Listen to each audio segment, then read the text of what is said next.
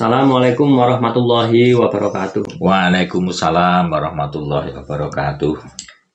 Kita kembali lagi bersama Peta Islam. Sudah sekian lama Peta Islam tidak update ya, ini karena ada beberapa masalah teknis ya. Mudah-mudahan video kali ini bisa berjalan dengan lancar dan mudah-mudahan bermanfaat. Mungkin kita masih ya dengan Ustadz Adib Susilo Siraj untuk melanjutkan kajian yang dulu pernah kita ulas, yaitu mengenai Ilmanis ya. Tapi kali ini kita mau membahas tema tentang Islam, kaitannya dengan Islam, karena ilmu, iman, dan Islam. Ya. Gitu. Oke, langsung saja sobat-sobat semuanya. Sebelum kita berbincang dengan Ustadz Adib Susilo Siraj, alangkah baiknya untuk subscribe, like, dan komen ya, agar nanti bisa dibagikan juga kepada teman-teman ya, saudara-saudara, apabila video ini bisa bermanfaat. Oke, langsung saja mari kita sambut beliau. Assalamualaikum Pak Adib. Waalaikumsalam warahmatullahi wabarakatuh. Mana kabarnya? Sehat? Alhamdulillah sehat. Sudah lama sekali ini belajarnya ini. Ya sudah enggak lah, belum satu abad. Belum satu abad. Ini Pak, paling lama memang akhir-akhir ini Pak Adib, karena pada awal-awal dulu Peta Islam itu sering upload tuh, kadang paling lama itu 3 hari sekali itu upload, kadang sehari sekali, kadang sehari 2 kali. Tapi ya mungkin karena ada kesibukan masing-masing dari narasumber dan dari Peta Islam sendiri, sehingga agak lambat ya, sampai sempat seminggu 2 minggu ini kita update. Tapi nggak apa-apa, yang penting kita Peta Islam sama semua narasumber tetap semangat sebenarnya, tetapi hanya kadang-kadang membutuhkan waktu lah untuk istilahnya mencari. Sebenarnya sudah memperjuangkan waktu ya Pak Adib ya, bukannya tidak memperjuangkan waktu, bukan, tetapi karena memang ada sesuatu yang tidak bisa ditinggalkan seperti itu. Oke, langsung saja, gimana Pak Adib, ini kita mau membahas seperti yang disebutkan tadi, bahwa tema utama kita itu 3 istilah yang kita gabung menjadi Ilmanis ya. Masalah ilmu, masalah iman, dan masalah Islam. Nah, sekarang giliran masalah Islam, yaitu menyangkut masalah yang dipahami secara umum Islam sebagai agama. Atau salah satu agama lah. Salah satu agama. Karena agama itu banyak sekali. Macam-macam. Ada sekitar berapa di Indonesia? Hindu, Buddha, Islam, Katolik, Kristen. Tapi banyak sekali agama-agama yang ada Konghucu. Konghucu. Oh ya. Yang anunya tempat ibadahnya namanya Kelenteng. Monggo langsung Pak Adib, monggo silakan, ini kita ulas ini tentang mudah-mudahan kita masih tetap semangat untuk mengkaji ajaran kita.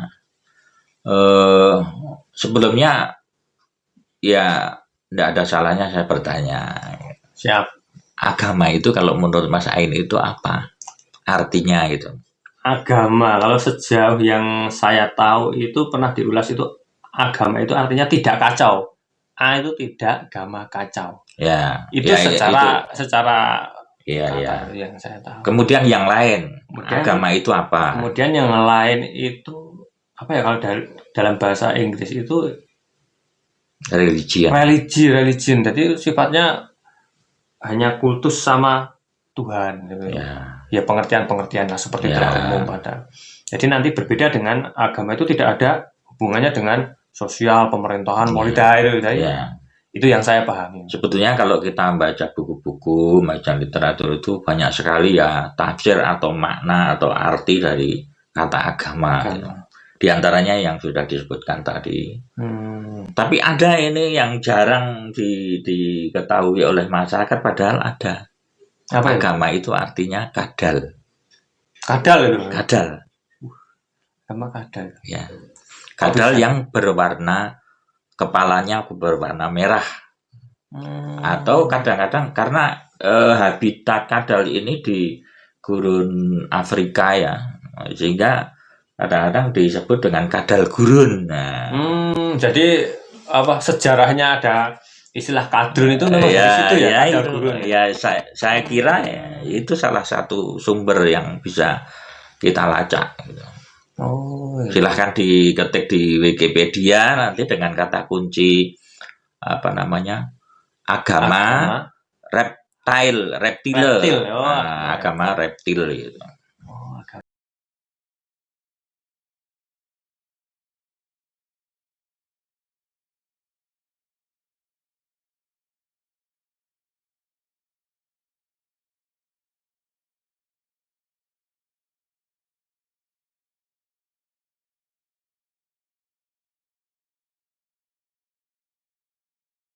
Jadi agama Jadi itu. agama itu sejenis reptil ya kadal ya. Tapi kalau dalam konteks agama itu reptil, itu berarti semua agama, tidak hanya Islam harusnya. Kalau kadrun itu berarti semua agama. Kenapa? Nah, ini nanti pembahasannya lain juga itu. Tetapi silakan di otak-atik ya. iya. Tapi yang jelas kita bisa pertanggungjawabkan ada sumbernya yang jelas bahwa agama itu adalah salah satu nama reptil ya, jenis kadal ya. jenis kadal. Oke. Jadi terutama kadal yang kepalanya berwarna merah disebut dengan agama. Oke. Kemudian ada pengertian lain lagi ya, Pak? Sementara itu. Ya sementara itu, tetapi yang secara umum yang perlu kita juga sadari sejak awal bahwa setiap terjemah dari bahasa apapun menjadi bahasa Indonesia itu tidak bisa mewakili 100% Mas persis. Sehingga kalau agama itu dianggap terjemah dari din, iya. Nah, itu juga harus kita waspada, hati-hati. Bukannya menyalahkan ya, tapi memang bahasa apapun itu tidak bisa menerjemahkan secara persis kongruen 100%. Nah, untuk membuktikannya kita lihat aja di terjemah Quran yang ada tentang din yang biasa diterjemahkan agama. Kita lihat misalnya di surat Al-Fatihah ya, terkenal kan, populer, yaitu ayat nomor 4, Maliki Yaumiddin. Coba di situ diterjemahkan apa? Ada Malik, ada Yaum, ada Ad-Din. Biasanya diterjemahkan apa? Yang menguasai hari pembalasan. Nah, berarti din diterjemahkan pembalasan. Nah, sekarang kita buka misalnya di surat yang lain. Di Quran juga terjemah depak. Surat Al-Kafirun. Surat nomor 109. Yang lakum dinukum baliyadin. Kalau konsisten dengan Maliki Yaumiddin ya, din diterjemahkan pembalasan. Lakum dinukum baliyadin. Bagimu pembalasanmu, bagiku pembalasanku. Make sense nggak apa? Kan nggak enak apa? Nggak nyambung ya. Nggak nyambung kan? Gitu. Kalau dibalik Maliki Yaumiddin berarti yang menguasai hari agama. Kalau diartikan agama itu konsistennya gitu. Kira-kira gimana? Yang menguasai hari agama. Nanti kalau lebih repot lagi kalau din diartikan kadal itu nanti. Agama diartikan kadal yang menguasai hari kadal. Bagimu kadalmu, bagimu kadalmu. Makanya ada istilah dikadali, ditipu. Oh iya. Jadi harus apa itu? Ada sesuai konteks atau gimana? Ya, atau kita harus tetap dalam mengartikan, menerjemahkan, apalagi mentafsirkan. Kita harus wawasannya luas. Jangan sampai kita sempit dan picik sehingga mengambil kesimpulan bahwa seolah-olah din diterjemahkan agama itu mutlak benar gitu. Jangan. Nggak boleh kita sempit begitu. Karena sekali lagi bahasa apapun itu diterjemahkan itu sebetulnya nggak bisa 100% mewakili. Dan sebenarnya kalau nggak diterjemahkan itu juga nggak apa-apa toh, karena din itu kan sudah menjadi sebuah nama kan itu. Misalnya din Islam gitu. Islam itu apa? Din gitu Islam, ya. Dinul Islam. Ya itu terjemah tetap bisa dipakai tapi dengan syarat wawasan kita jangan fanatisme sempit lah, Fanatisme jangan sempit, ya. fanatisme sempit. Oke.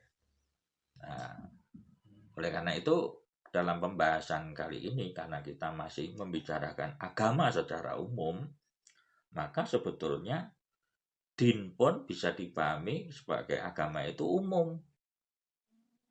Nah, karena begini, ada sementara ini seolah-olah kalau orang yang kafir itu kan tidak beragama.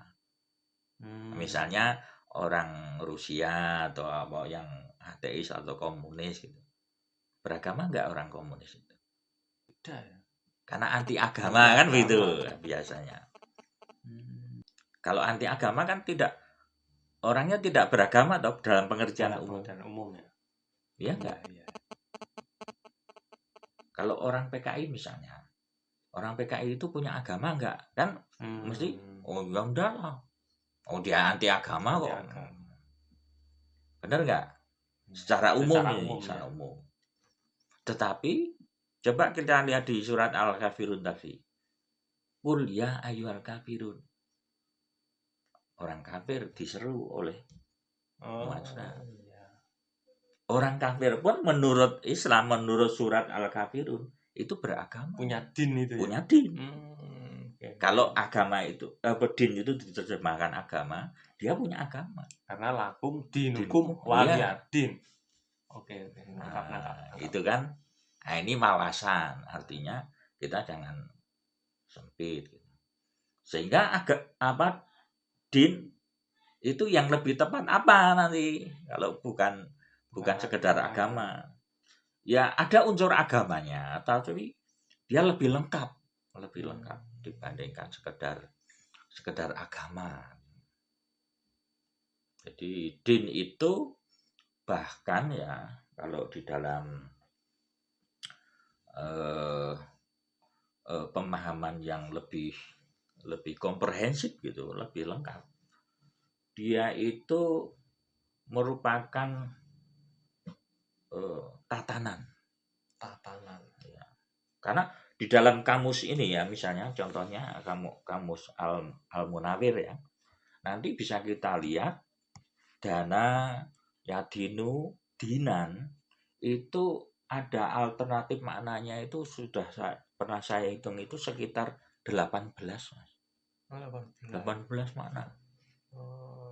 Ya. Alternatif maknanya itu sampai 18 makna. Sebetulnya kurang difahami atau kurang dibicarakannya. Yang pertama itu justru milah, Mas. Milah. Itu mengacu kepada Nabi Ibrahim. Milata Ibrahim. Milah Ibrahim itu ya. Milah Ibrahim ya. Jadi milah itu merupakan sebuah, ya ada upacaranya, ya ada apa namanya spiritualnya, lengkap, sehingga dia nanti mengisi makna din itu. Itu di mana itu milah itu di mana, apa pengertian din sama dengan milah itu ada di kamus? Ada di. Ini ya? Oh iya lah, yang mana yang pertama? Ini. Ad-din ini. Ad-din. Jamaknya adyan. Ini milah. Al-milah. Agama. Ya. Agama. Ini pengertian yang pertama. Yang umum.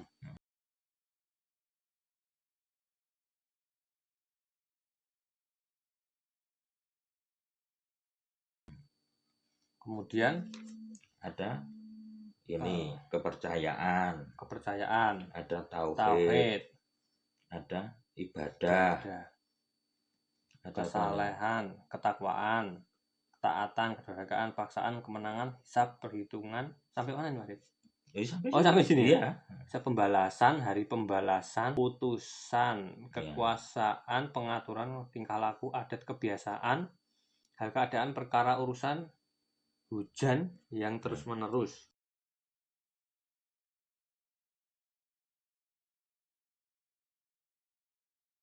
Ya, Mulai dari ini ya. dari 1, 2, 3, 4, 5, 6, 7, 8, 9, 10, 11. Ini?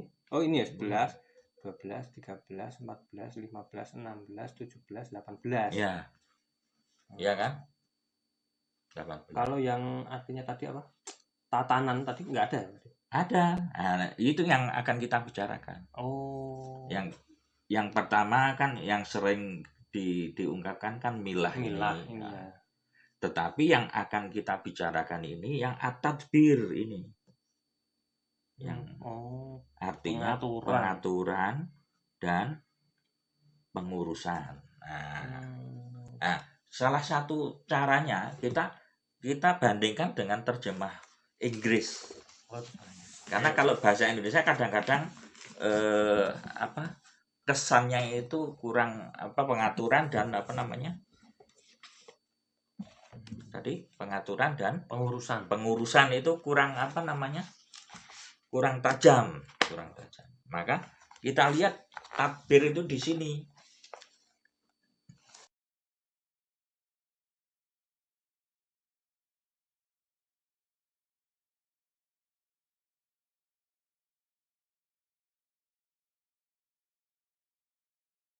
Planning, organization, direction, management, disposal, regulation, economization. Nah, tadi pengurusan tadi tadbir ini ya? Ya.